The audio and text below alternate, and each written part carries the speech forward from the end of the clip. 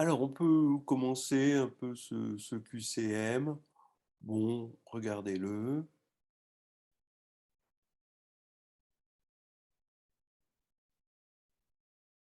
Alors, le 1, A, comme il est dans GLN, bah, X est égal à A moins 1B, où B, c'est une colonne.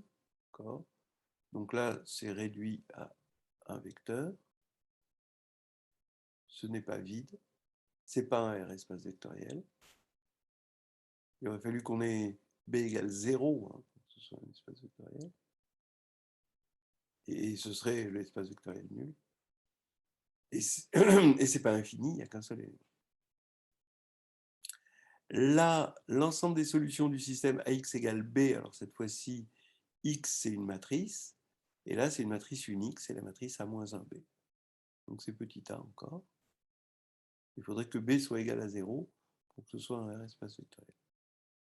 C'est pas vide, c'est pas infini.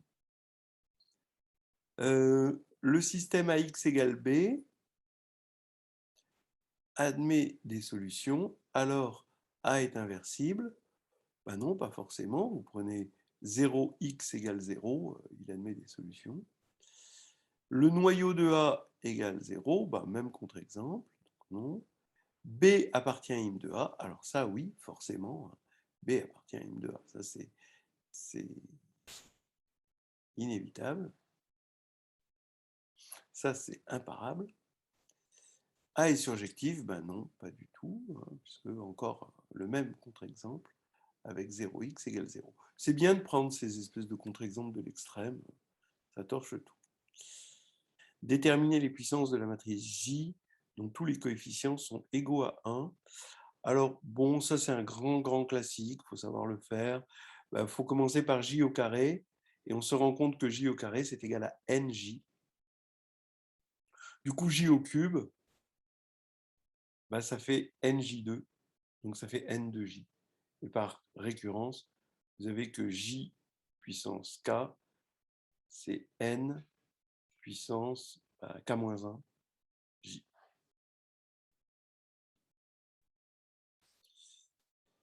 Déterminer les puissances de la matrice ici. Peut-être un petit peu plus difficile.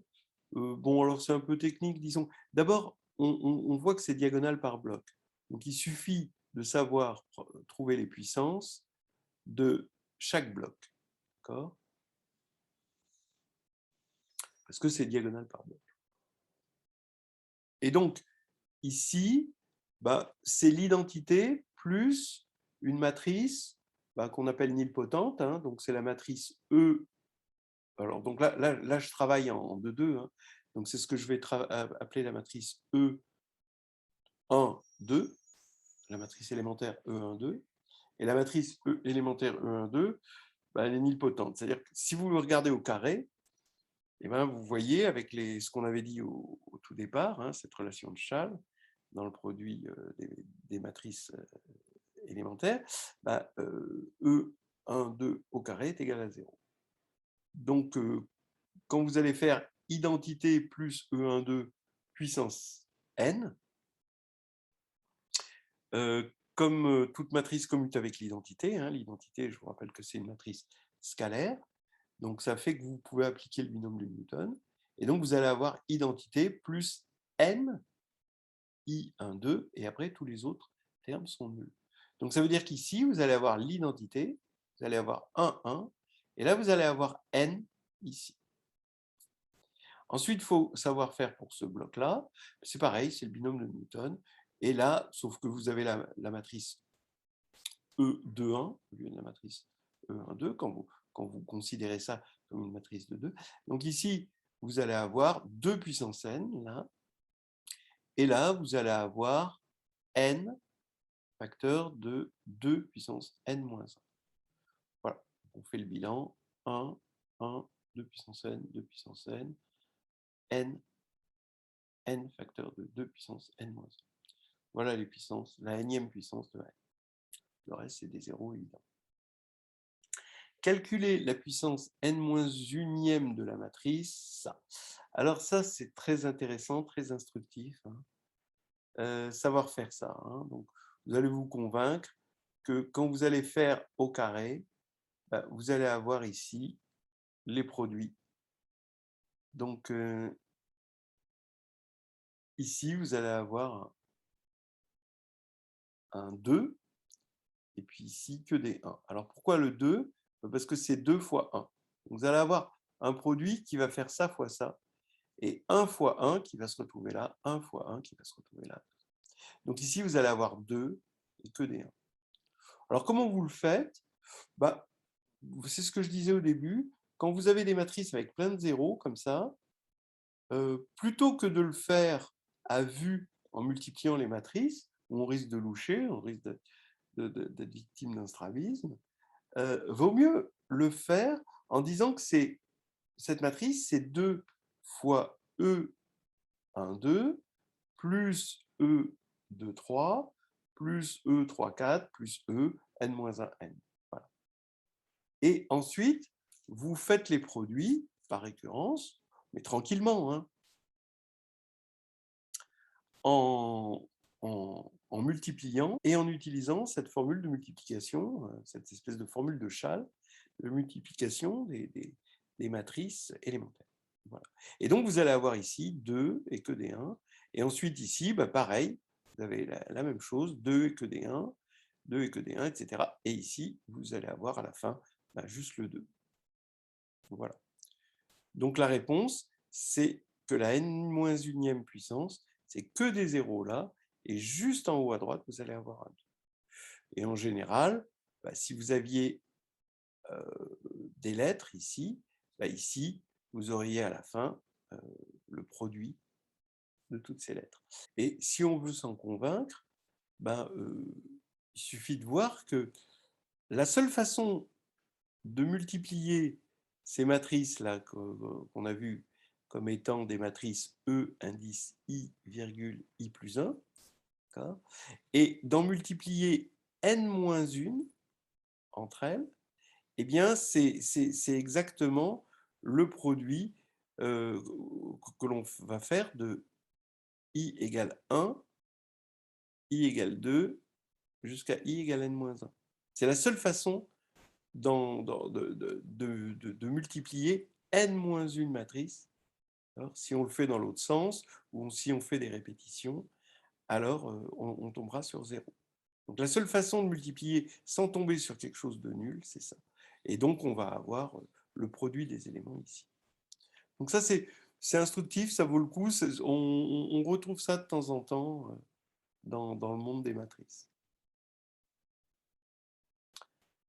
Bon, ça c'est intéressant, juste parce que qu'est-ce qu'il faut faire? Faut développer A en somme de A KL fois E indice K virgule L. Et ensuite, il faut appliquer la règle de multiplication des matrices élémentaires. Voilà. Bon, je vous laisse le faire, c'est assez facile.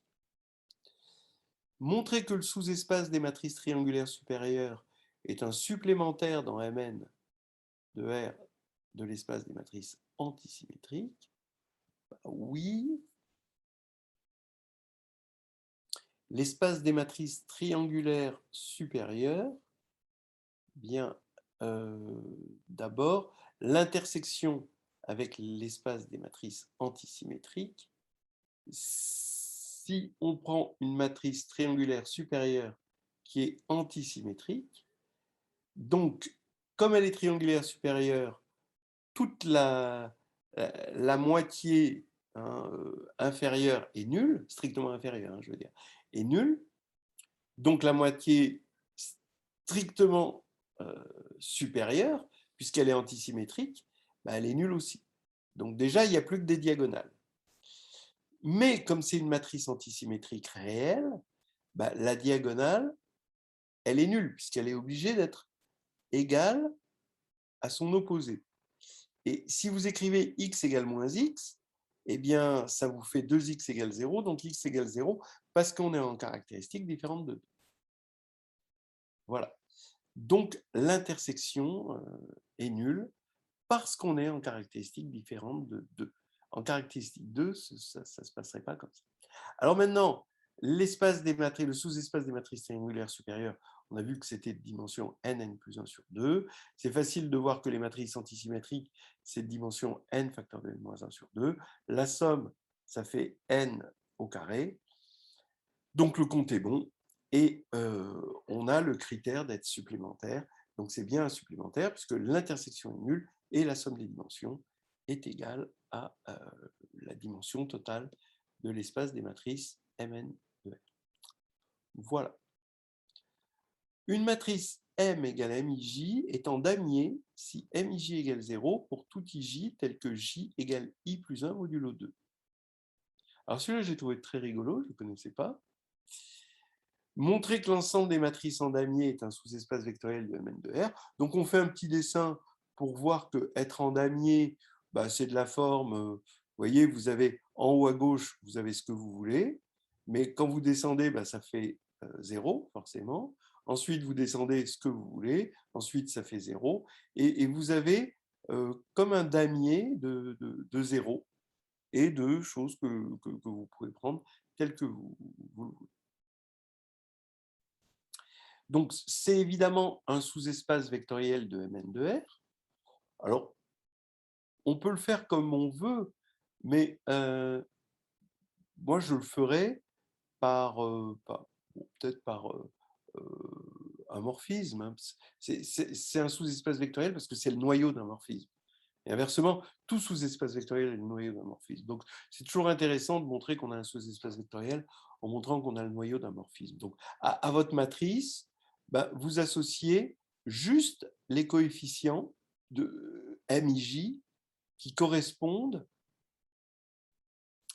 à J égale à I plus 1 modulo 2. C'est-à-dire, J et I, ça veut dire tout simplement que I et J sont de parités différentes. Voilà. Et donc, ça vous fait forcément un morphisme. Et donc, être en damier, c'est être dans le noyau, ça équivaut à être dans le noyau de ce morphisme. Sinon, vous pouvez le faire par les méthodes habituelles.